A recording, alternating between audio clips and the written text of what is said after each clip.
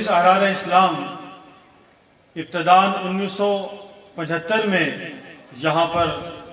داخل ہوئی اور باقاعدہ طور پر 1976 میں اس مرکز رشد و ہدایت، اس مرکز احرار کا افتتاح ہوا اور ابنائے امیر شریعت حضرت مولانا سید ابو معاویہ ابو ذر بخاری رحمۃ اللہ علیہ اور محسن احرار حضرت مولانا سید عطاء المحسن بخاری رحمۃ اللہ علیہ نماز جمعہ پڑھنے کی پاداش میں یہاں سے گرفتار کر لیے گئے۔ اس دن سے آج تک مجلس احرار اسلام نے اس بند شہر کے تالے توڑے اور یہاں داخل ہوئی، اور آج تک مجلس احرار ہی کا فیض ہے کہ اس کے بعد 10 جماعتیں 20 ادارے یہاں پر آئے،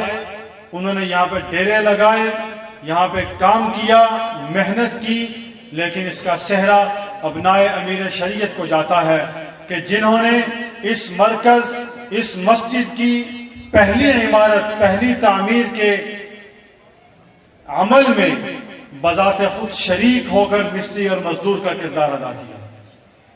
ابن امیر شریعت حضرت مولانا سید عطاء المحمد بخاری رحمۃ اللہ علیہ نے 27 فروری 1976 کے پہلے اجتماع جمعہ کی تیاری کے سلسلے میں یہاں پر مستقل سکونت اختیار کی، راتوں کو کام کرتے، دن کو آرام کرتے اور گوشہ نشین ہو جایا کرتے تھے۔ اس مشکل وقت میں، اس کٹھن وقت میں جب یہاں پر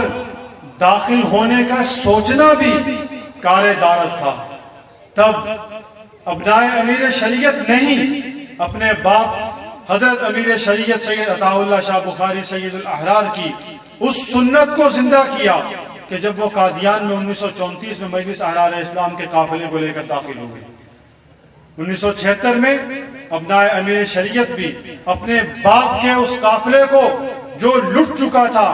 اور لٹیروں نے اس پر جگہ جگہ پہ حملہ کیا تھا، اس قافلے کو پھر سے سمیٹا، اس بکھرے ہوئے شیرازے کو پھر سے جمع کیا اور اس کو لے کر ایک آہنی اور مضبوط دیوار بن کر قادیان کے اس دوسرے قلعے کے اندر آ کے اپنا مرکز قائم کر دیا۔ مجلس احرار اسلام یہاں پر موجود ہے اور پورے اپنے جاہ و جلال کے ساتھ، تم تراک کے ساتھ، اللہ کی نصرت اور مدد کے ساتھ یہاں موجود ہے، اور انشاءاللہ یہ مرکز تا قیام قیامت قائم رہے گا، اس لیے کہ یہ رسول اللہ صلی اللہ علیہ وسلم کی نشاندہی پر قائم ہے۔ ایسا مرکز نہیں ہے، کیونکہ معمولی جگہ نہیں ہے، اس کی اہمیت کا اندازہ رکھیے۔ احرار کارکن بالخصوص اس مرکز کو معمولی مرکز نہ سمجھیں، بہت غیر معمولی مرکز ہے۔ جناب نبی کریم سید الاولین والآخرین، خاتم النبیین، شفیع المذنبین صلی اللہ علیہ وسلم، ان کی نشاندہی ہے، جانشین امیر شریعت کا خواب ہے، اور اس خواب میں اسی جگہ کو دکھایا گیا۔ الحمدللہ یہ مرکز حاصل ہوا اور اسے کوئی چھین نہیں سکتا، اسے کوئی ختم نہیں کر سکتا، اور یہاں پر ہونے والے کام کو کوئی پیچھے نہیں ہٹا سکتا۔ یہ کام آگے بڑھے گا، بڑوں کا لگایا ہوا پودا ہے، اس کا پھل، اس کے پھول، اس کی خوشبو